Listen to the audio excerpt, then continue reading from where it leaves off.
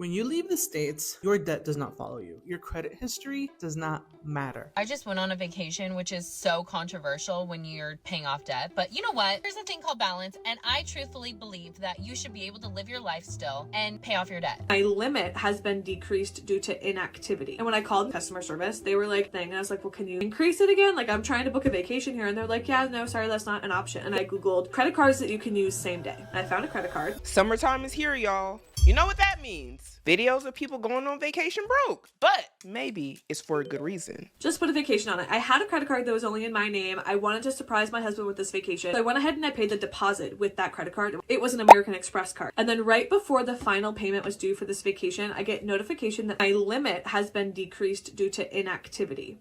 This card actually had a zero balance prior to me putting the deposit for this vacation on it. And when I called and spoke to American Express customer service, they were like, yeah, we just reduced it because you're not really using it. And I was like, yeah, that's a thing. And I was like, well, can you increase it again? Like, I'm trying to book a vacation here. And they're like, yeah, no, sorry, that's not an option. They were unwilling. They told me I had to wait like 30 or 60 days or something. And then I could call them again and they would possibly increase my balance, my limit, like what I could spend. Now that's crazy. I didn't even know that could happen. And I think it's very interesting because most of the time the credit card companies love when you just randomly spend money for a credit card, but due to inactivity. Interesting. So right there in the driveway of our house, I pulled out my phone and I Googled credit cards that you can use same day. I found a credit card. It was an Amazon Chase credit card. You could use it same day. I instantly applied. I was approved automatically. And then I called the travel agent I was using and I said, here's my new card details. Can you please charge the rest of the vacation to this card? Right. That is the card I'm paying off right now.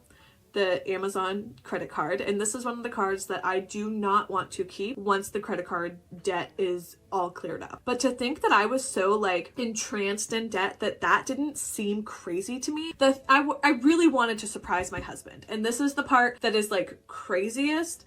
I honestly could have just surprised my husband that day and then used our checking account to pay for the remainder of the vacation. But because I had a plan for how I wanted to surprise him, I didn't want to tell him for a couple more weeks. I just opened up an entire new credit card. Whole thing. All at once. I guess that's no different than going to a store and then getting suckered into opening up their store credit card. But in hindsight, I think that might be one of the dumbest things I've ever done while accruing debt. Now, I know that she said this is her dumbest debt story according to what we see in here on the screen, but I've heard so many people say that they've got a credit card just to go on vacation. And that APR must be something very interesting. Or just overall, maybe this card isn't very beneficial to her because she says she's trying to get rid of it as soon as she pays everything off. And somebody here said, I get annoyed when they also increase our limits without asking. That's part of how one of my credit cards ended up at $22,000. The original limit was like $5,000 when I opened it. Oh, okay, let's talk about that real quick. A lot of the times they do increase your credit limits. I've seen it happen. It's happened to me. But we also need to talk about credit utilization, everybody. And now we on Experian with it. And it says, what is credit utilization rate? And it says here in the quick answer, your credit utilization rate is the percentage of available credit that you're using on your credit cards and other lines of credit. Going on to state, in general, a lower utilization rate is best. And if you want to know what a good credit utilization rate is, it goes on to state, according to Experian.com, y'all, a good credit utilization rate is a low utilization rate, ideally in the single digit. The average overall credit utilization in the United States was 29% in the third quarter of 2024, according to Experian data. However, when you look at the average overall credit utilization broke down by credit score group, it is clear that lower is better. What do I mean by that? Look here at this chart. Now, this is the average credit card utilization by FICO, stating here that if you are utilizing 80% your credit card utilization, you typically see a poor credit score ranging anywhere between 300 to 575. Not the best. If you're utilizing around 61.4%, it says here that you likely have fair credit ranging anywhere between 580 to 669 points. Now, if you have a credit utilization of 38.6%, it says here that you have what we call good credit. And that ranges anywhere between a credit score of 670 to 739. But as you can see, as we go lower in percentage, the credit score becomes better because they are utilizing less credit. But let's take it up 1 to 2 more notches. It says here, if you are utilizing 15.2% of your credit, you have very good credit, more than likely around 740 to 799 being your credit score. But if you want exceptional credit, where they were just talking about you being in the single digits, if you want an ideal above average credit score, typically your credit card utilization is 7.1%. This will give you exceptional credit, meaning that your credit score is likely somewhere between the ranges of 800 to 850 credit score. And I want to state this right here. It says, while there's no specific point, when your credit utilization rate goes from good to bad, 30% is the point at which it starts to have a more pronounced negative effect on your credit score. Why am I bringing that up? Well, let's go back to this conversation here where this person is saying it's annoying that they got the credit increase, and I can understand where they're coming from. However, if let's say you went from your card max, the max amount that you can spend on a credit card being $5,000, and they said, hey, we're going to give you $22,000 as your max. What you don't want to do is spend $22,000, because why? You are spending and utilizing to the max capacity, which would even be worse than this 80%. If you were given $22,000 on a credit card as your max limit, you don't want to spend $22,000 because it's going to put you over here. You want to be over here, remember?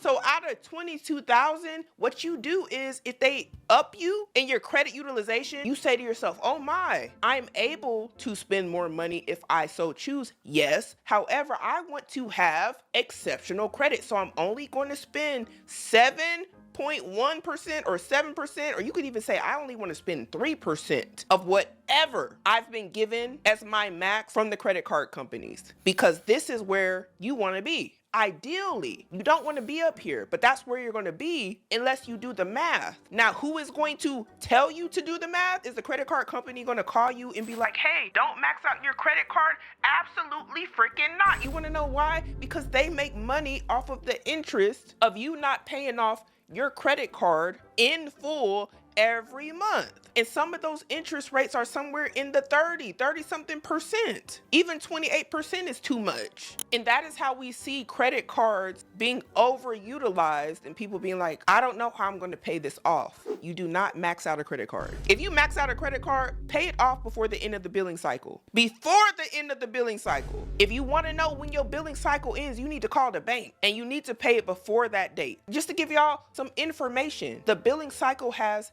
a starting date and an ending date. Your bank will tell you what that is. If you call them about your credit card, they will tell you. They'll probably tell you you're very smart and you really care about your finances. Cause I know you do. Or you're learning, and that's okay. That is okay. Please don't do it unless you're gonna pay it off in full. I don't want y'all leaving comments like this, ending up $22,000 in debt. My. I just went on a vacation, which is so controversial when you're paying off debt. But you know what? There is a thing called balance. And I truthfully believe that you should be able to live your life still and pay off your debt. Because for me, okay, I went to Vegas and I went to go see Millennium, best concert of my life. But I truthfully believe that you should be able to go and enjoy your life. Why? Why be upset? Why be sad? Why be depressed? And paying off debt? No. You should be able to live your life and have fun, but it is about a balance, and you definitely have to save money for it, and you have to be responsible about it. Don't be putting vacations on credit card. I mean, I did for the points, but paid it off. Truthfully, I'm gonna still enjoy my life, but you got to be responsible about it. You know? And I agree with her. You should be able to still enjoy your life. And life is absolutely about balance. The problem that I see a lot of the time when it comes to the vacation topic and debt is there is little balance for many people. The balance or the scale is tipping one way all the time. And they're just like, YOLO. It's tipping towards, I need to have fun all the time and just like, who cares? That's not balance. Balance would be, hey, I want to go on a trip. I'm going to plan for the trip. I'm going to budget for the trip. I'm going to figure out how I'm going to pay for the trip before I go on the trip. I'm going to have all of my bills paid and able to be paid when I get back before I go on the trip. If I have any emergency circumstances, I'm prepared before I go on that trip. And because I have all my ducks in a row, I can go on said trip. Balance is not go apply for a credit card, rack up thousands of dollars on the credit card, come back from the trip knowing that you racked up money on the credit card, and act like you don't know why you're struggling financially to pay off that same credit card. That is what we see happen a lot. And on top of that, tack on economic struggles, inflation, gas, food. You might get laid off from your job. We all things that might be unforeseen, unfortunate circumstances, which life happens to all of us. But tack on not being prepared because you have no emergency fund, you have no savings. The credit card is your emergency money access. And what are you going to do? Put more stuff on the credit card. If anything in your life goes wrong, that's not being prepared, and that's not balance. That's chaos. That's delayed destruction, because it's almost inevitable, right? And we even see people go on vacation while they're in debt, actively paying off their debt while they're in vacation. Depending on where they go and how much they spend, it might not be that bad.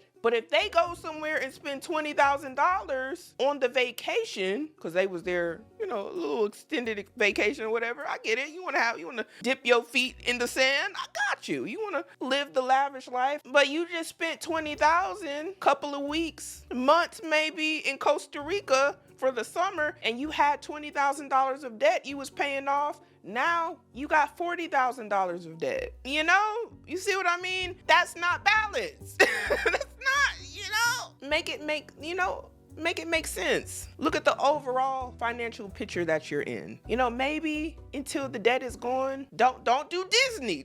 Don't go to Disney. We know Disney's expensive. We know you want to go to Disney, but maybe you shouldn't go to Disney. Disney wants you to go to Disney, but Disney don't care if you in debt. You feel me? Find you a national park. Something like get a grill, get your fishing license.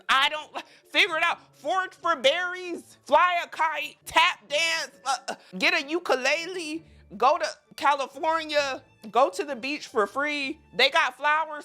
Go see the flowers, and wherever they got the flowers blooming, go see the strawberry patch. It's $3, $4. Go to a honeybee farm or something. There's still a lot of enjoyment you can get in the world without doing things that are I'm talking very expensive. And social media makes people, in my opinion, feel like they need to go do the most expensive thing because you're watching the Joneses. You have access to the Joneses 24/7 now because of social media. Before, you had the Joneses, then you had the Kardashians. Everybody wanted to be a Kardashian because you were seeing what the Kardashians were able to do and live these luxury lifestyles, go on these nice vacations. And then what ended up happening is social media came out heavy. We got TikTok, we got Instagram, Facebook, and now everybody's a Kardashian, aka the Joneses, because they're like the equivalent. And you're getting the snapshot of these people's lives, and a lot of y'all find it inspirational, and that's great. But a lot of you see it and you feel like, why can't I do that? I should be able to do that. I will do that by any means. But we all got different financial situations. I watched and to an extent understand what many people show us on social media. That doesn't mean that I can afford it. That doesn't mean that because I can see what somebody else can do or is doing, that I can do the same thing, because not all of us are Kardashians, and that's okay. It is okay. We might be blessed in different ways. And I'm only saying that to say, y'all, just because you can't do something that you see somebody else doing right this very second doesn't mean that that's going to be your situation your whole life. Things change, especially if you are planting seeds today that you can reap the harvest of tomorrow. It just might not be your time yet, But in the meantime, we don't want you digging a grave. We want you to be planting a harvest. And some of y'all are digging a grave. Scary. Because I tell you what, it's easier to go pluck you some plants from your harvest that you've been preparing and watering and nurturing than for you to dig yourself out of a grave. Think about it. Visualize picking fruit that is ripe and ready. It's easy. It's just, oh, that was easy. Oh, planted this a couple years ago. Boop, boop, I got it now. Boop. Think of yourself 6 feet under the dirt with the worms. You ain't got no air. It's tight down there. It's dark. Think about how I'm describing this. And then claw your way out. Just claw your way out because you put yourself there. You dug yourself there willingly. And then piled the dirt on yourself. That's what I don't want y'all to do. I hope that visualization really hit, I hope it hit you in your soul this summer. You sound like Rick Ross. Now, she said as long as you are responsible and set the money aside beforehand, then you're good. If you can't afford to do that though, then don't do it. The point isn't to put yourself into more debt. Thank you, ma'am. I'm glad that you said that. I agree. We got to be careful with the debt cycle. It's so sneaky. It's like a loop, but it's hard to get out of it. It's hard to get out of a debt cycle because it only takes one thing to put you right back. It's like you got to keep fighting everything off. Now, somebody said they watching this as they spent $5,500 on flights, and I have nothing against that because we don't know if they can actually afford those flights. My point that I want to point out is it can get like that. It can get like that. And y'all know how hard it is for some of y'all to pay off $5,500, right? That's not just a jump, skip, and a hop. $5,000 for many people. How many hours do you have to work to get $5,000? How long? Along with your other non-negotiables every month. That's why I'm saying it can get there. You got kids? And y'all seen these flights recently? My.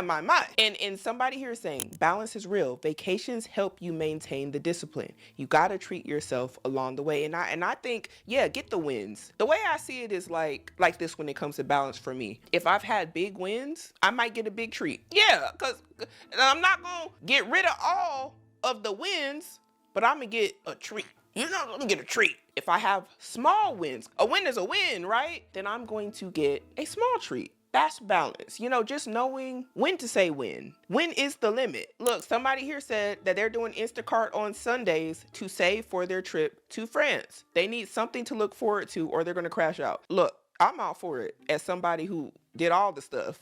DoorDash, Uber, Grubhub. I was on all the apps sometimes when I wasn't supposed to be at multiple. I had to do what I had to do. That ain't the point. The point is sometimes you have to do things you don't want to do the thing that you do want to do. And for this person, it's going to France. I admire that they didn't just say, I'm just going to put it on a credit card and close my eyes. It's a little hazy. All right, I'm going to come clean. I left $40,000 in credit card debt when I moved out of the States to Colombia. Now, this is a little bit more than a vacation and just traveling while you in debt. She said she left the States with $40,000 in debt and moved to Colombia. This is going to be interesting. And I haven't looked back. If you're new here, my name is Lorena. I left the States, moved to Colombia 2 years ago, and this is my story. And before you holier than thou come at me, maybe your moral compass points super due north. Good for you. You get a cookie. But as for me, I'm trying to navigate this system that was put here on Earth, which is not designed for the 99% of us. I'm here for the plot. Honestly, I want to know what she's about to say. So let me explain exactly what happened, how I got into debt, how I essentially got rid of it, because Colombia is basically a magic wand. As I mentioned in my previous reel, when you leave the States, your debt does not follow you. Your credit history does not matter. Back in 2020, I had a business that was very small, but also doing pretty well. Very long story short, I ended up having to use about $40,000 worth of my credit cards during 2020, 21, and 22, which were the pandemic years, to keep my business afloat. Right. And during that time, when I was using the credit cards, I was using it with the expectation that this would be temporary. Like most business owners, I had hope. I had hope that things would get better. So by the time 2023 rolled around and I just had these gigantic debts with these humongous minimum payments that I couldn't pay, I called the banks because I am a responsible adult. But they pissed me the off. Let me tell you what happened. This could be like a villain origin story. Okay. Anyway, I called the banks, and I recall one particular bank, I'm not going to mention any names, when I explained to them, hey, I'm on this horrific treadmill trying to pay my minimum balance every single month. And every time I send you guys this payment, it basically evaporates in interest. I'm not getting any further, and I need help. The minimum payments of themselves were totally consuming my income at the time. You know what this bank said to me? Well, ma'am, you do have a few options. You can close your account and pay it in full, or you can pause your account and you pay the balance in 3 installments. How is this helpful to me? I'm in a crisis and you're not doing anything about it. You're not trying to help me, and I'm calling you guys trying to work things out. I was here for about 6 months until I decided to get my citizenship. When I got my citizenship, I was able to open up a bank account. And after a few months of having that bank account, I got a notification from Bancolombia, which is the bank that I decided to open here. The notification said, "Congratulations, you've been pre-approved for 2 credit cards." I was like, "Excuse me? Me?"